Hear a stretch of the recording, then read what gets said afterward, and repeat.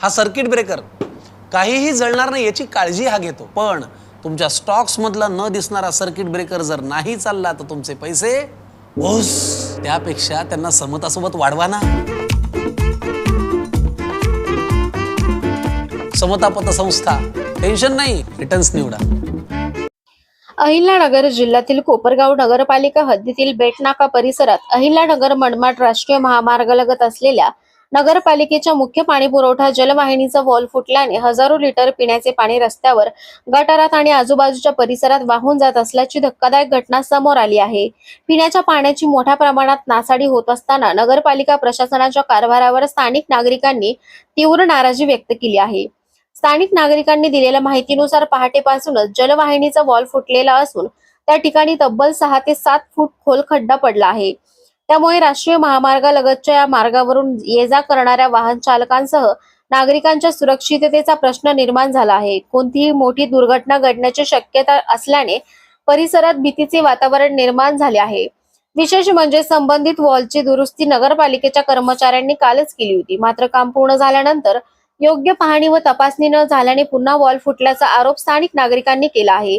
त्यामुळे करण्यात आलेल्या दुरुस्तीच्या गुणवत्तेवर आणि संबंधित विभागाच्या देखरेखीवर प्रश्नचिन्ह निर्माण झाले आहे. या घटनेमुळे हजारो लिटर पिण्याचे पाणी वाया जात असून भविष्यातील पाणी पुरवठ्यावरही त्याचा परिणाम होण्याची शक्यता व्यक्त केली जात आहे. उद्याचं नियोजन पाणी पुरवठा सुरळीत होणार की नाही याबाबत नागरिकांमध्ये चिंता व्यक्त होत आहे.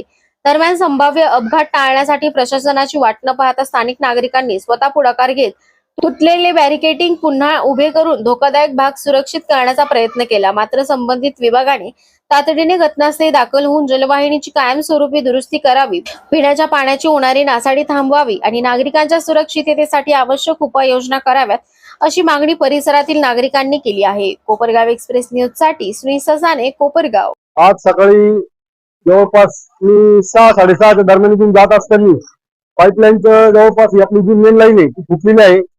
काल तिथे वॉल होता पहिले, काल तिथे नगरपालिकेचे लोक त्यांनी वॉल बंद करून गेलेले होते. त्यांना मी काल सांगितलेलं होतं वॉल तुम्ही उद्या परत एकदा चेक करून घ्या, कारण पाणी उद्या परवा आज मुनिराज नगर मध्ये पाणी येणार आहे आणि बेटर पण पाणी येणार आहे. आता हे जे पाणी आहे हे पाणी वर पाणी भरण्यासाठी येतं टाकीमध्ये, तर पाणी खाली गेल्यामुळे पाणी सगळं वाया गेलेलं आहे. आज पाणी टाकी भरलेली नसेल आणि हे नगरपालिकेचं काम आहे. पाणी लिकेज चेक झाल्यानंतर पुन्हा चेक करायचं काम आहे नगरपालिकेचं, कारण एकदम म्हणजे बोगस कार्यक्रम चालू आहे. सगळं पाणी वाया चाललेलं आहे. पाणी 8 दिवसावर पाणी झालेलं आहे आणि आता पाण्याचा आपण नगरपालिका करते त्याबद्दल मी त्यांचा जाहीर निषेध करतो. जे पाणी लिकेज आहे तिथे 2 नगरसेवक या भागामध्ये, त्यांनी जवळपास त्यांच्या गाड्या जातात, त्यांना समजत नाही का, बघायचं काम नाही का नगरसेवकांचं. जनतेने सांगायचं त्यांना इथं पाणी लिकेज आहे, लिकेज आहे. नगरपालिकेच्या ज्या माणसांनी काम केलेलं आहे त्याचं काम नाही का लिकेज चेक करायचं. सगळं काम आम्हीच सांगायचं, आम्ही टॅक्स भरायचं, त्यांना काम आपल्याला आम्ही शिकवायची. मग एका निश्चित खुर्च्यांवर बसण्यासाठी फक्त तिथं आता त्याला बॅरिकेडिंग सुद्धा नव्हतं. जवळपास त्याला सगळं आम्ही बॅरिकेडिंग केलंय.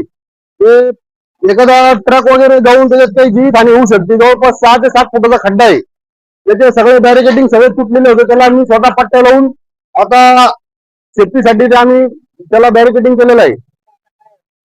काय आता लोकांना पण 8 दिवसावर पाण्याची सवय झालेलीच आहे, पाणी 8 दिवसावर येतच होतं. आता सोशल मीडियावर पोस्ट टाकून देखील आता अर्धा पाऊण तास झाला तरी कोणी आलं नाही. शेवटी मग मला पत्रकारांचा साथ घ्यावा लागली आणि त्यांची मदत घ्यावी लागली.